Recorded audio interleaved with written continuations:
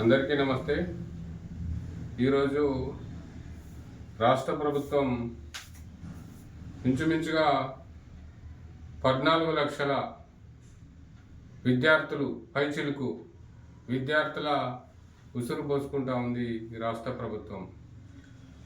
వారికి సరి అయిన సమయంలో ఫీజు రీఎంబర్స్మెంట్ చెల్లించకుండా జాప్యం చేస్తూ ఈరోజు రాష్ట్ర ప్రభుత్వము వాళ్ళందరినీ కూడా విద్యార్థులను 14 లక్షల మంది తెలంగాణ రాష్ట్ర వ్యాప్తంగా విద్యార్థులను ఇబ్బందులకు గురి చేసే పరిస్థితి ఈరోజు రాష్ట్ర ప్రభుత్వం తీసుకొస్తూ ఉంది.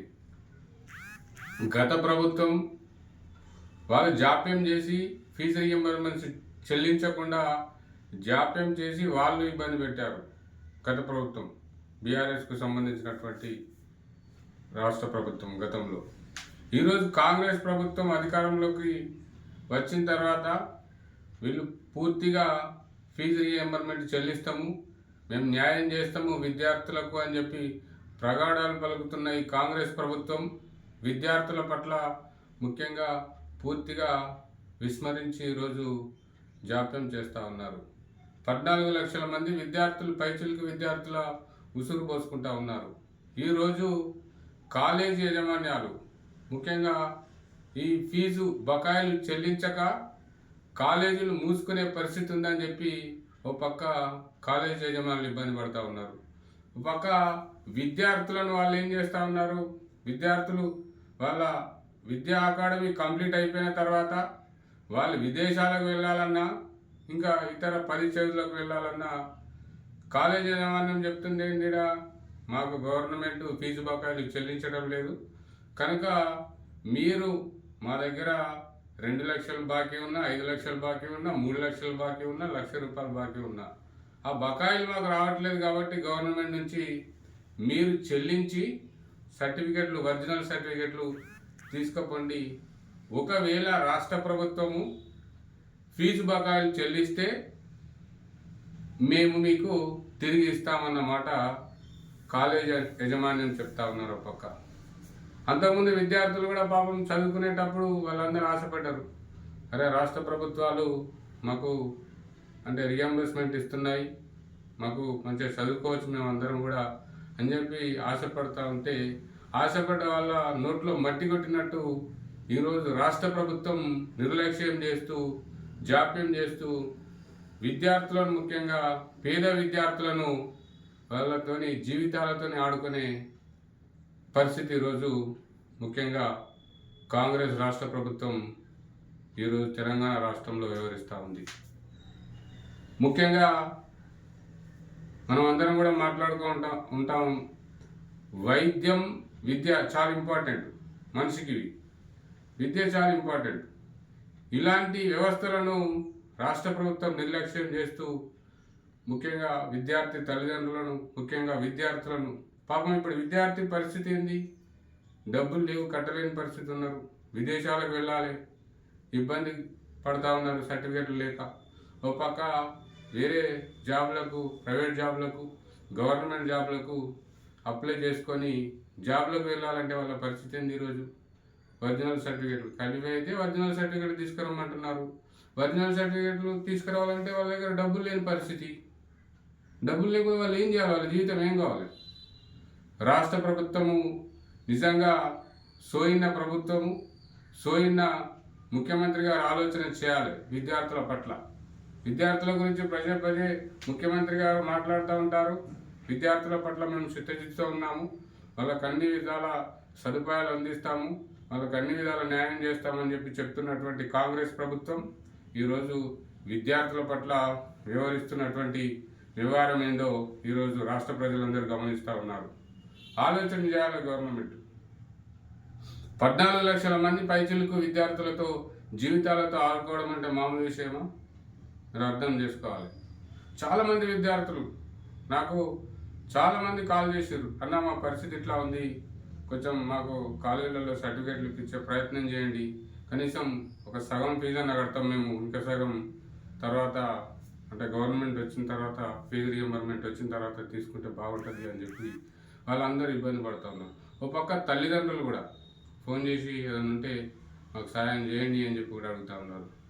కానీ రాష్ట్ర ప్రభుత్వం నిజంగా కూడా ఈ విషయంలో, ఈ ఫీజు బకాయిల విషయంలో సిగ్గుతో తలదించుకోవాల్సినటువంటి విషయం ఇది. రాష్ట్ర ప్రభుత్వం ఆలోచన చేయాలి. తక్షణమే భారతీయ జనతా పార్టీ నుంచి మేము డిమాండ్ చేస్తూ ఉన్నాము. మీరు తక్షణమే దీనిపైన దృష్టి పెట్టి ఇంచుమించుగా 6,000 కోట్ల రూపాయలు మీరు ఫీజు రీఎంబర్స్మెంట్ కింద బాకీ ఉన్నారు, బకాయిలు. ఆ బకాయిలు ఎంబడే చెల్లిస్తే రాష్ట్ర ప్రభుత్వానికి మంచి పేరు వస్తుంది, బాగుంటుంది. విద్యార్థులకు ముఖ్యంగా మీరు బాసటగా నిలిచిన వాళ్ళు అవుతారు, విద్యార్థులకు న్యాయం చేసిన వాళ్ళు అవుతారని చెప్పి ఈ సందర్భంగా నేను ముఖ్యమంత్రి గారికి తెలియజేస్తూ ఉన్నాను. ముఖ్యమంత్రి గారు ఆలోచన చేయాలి. విద్యార్థులు అనేది చాలా ఇంపార్టెంట్, విద్యాదశ చాలా ఇంపార్టెంట్. వాళ్ళకు సాయం చేయడం రాష్ట్ర ప్రభుత్వ కర్తవ్యం. జాప్యం చేయకుండా ముఖ్యమంత్రి గారు దీని మీద కలవ చేసుకొని ప్రత్యేక శ్రద్ధ పెట్టి ఈ విద్యార్థుల బకాయిల గురించి ఆలోచించి చర్య తీసుకోవాలని చెప్పి ఈ సందర్భంగా నేను కోరుతా ఉన్నాను. అంతేకాకుండా ఈరోజు ఇంకో అంశం, ఈ అర్ధరాత్రి 31వ తారీఖు నుంచి ఆరోగ్య సేవలు కూడా బంద్ అని చెప్పి హాస్పిటల్స్ చెప్తా ఉన్నాయి. ఇంచుమించుగా వాళ్ళకు కూడా బాకీ ఉన్నది 13 నుంచి 1,400 కోట్ల రూపాయలు రాష్ట్ర ప్రభుత్వం బకాయిలు చెల్లించవలసి బాకీ ఉంది ఆరోగ్య సేవల కింద. కానీ రాష్ట్ర ప్రభుత్వం దాన్ని కూడా నిర్లక్ష్యం చేస్తూ ఉంది. పేదవాడు వైద్యం చేయించుకోవాలంటే ఎక్కడికి వెళ్ళాలి? ముఖ్యంగా ప్రపంచంలోనే అన్నిటికంటే రాష్ట్ర ప్రభుత్వాలు ప్రియారిటీ ఇవ్వాల్సిన అంశం విద్య మీద, వైద్యం మీద. ఇది చాలా ఇంపార్టెంట్ అంశం. కానీ ముఖ్యంగా వైద్యం మీద కూడా రాష్ట్ర ప్రభుత్వము దృష్టి పెట్టకుండా 13 నుంచి 1,400 కోట్ల రూపాయలు బాకీల నుంచి ఈరోజు హాస్పిటల్స్ యాజమాన్యం వాళ్ళు ప్రకటన చేస్తూ ఉన్నారు. రాష్ట్ర ప్రభుత్వానికి మేము చాలాసార్లు కూడా చెప్పినాం, మాకు ఇబ్బంది అవుతూ ఉంది, మా బకాయిలు రిలీజ్ చేయండి అని చెప్పి రాష్ట్ర ప్రభుత్వానికి మరి ముఖ్యమంత్రి గారికి చెప్తే ఈ ముఖ్యమంత్రి గారు, ముఖ్యంగా కాంగ్రెస్ రాష్ట్ర ప్రభుత్వం వాళ్ళకు చలనం లేకుండా జాప్యం చేస్తున్న సందర్భంలో ఈరోజు వాళ్ళు ఆరోగ్య సేవలు మేము బంద్ చేస్తాము, మాకు సకాలమైన టైంలో డబ్బులు రావడం లేదని చెప్పి వాళ్ళ పక్క చెప్తా ఉన్నారు. కానీ రాష్ట్ర ప్రభుత్వం ఈరోజు ఆలోచన చేయాలి. పూర్తిగా అన్ని శాఖలలో నిర్వీర్యమవుతున్నటువంటి పరిస్థితి, ఏ శాఖకు కూడా న్యాయం చేయలేనటువంటి పరిస్థితి, ముఖ్యంగా ప్రజలకు, మధ్యతరగతి పేద ప్రజలకు న్యాయం చేయలేనటువంటి పరిస్థితి. ఈరోజు ముఖ్యంగా 6 గ్యారంటీల పేరుతోని 420 అబద్ధాలతోని రాష్ట్ర ప్రభుత్వాన్ని మీరు ముఖ్యంగా ఏర్పాటు చేశారు.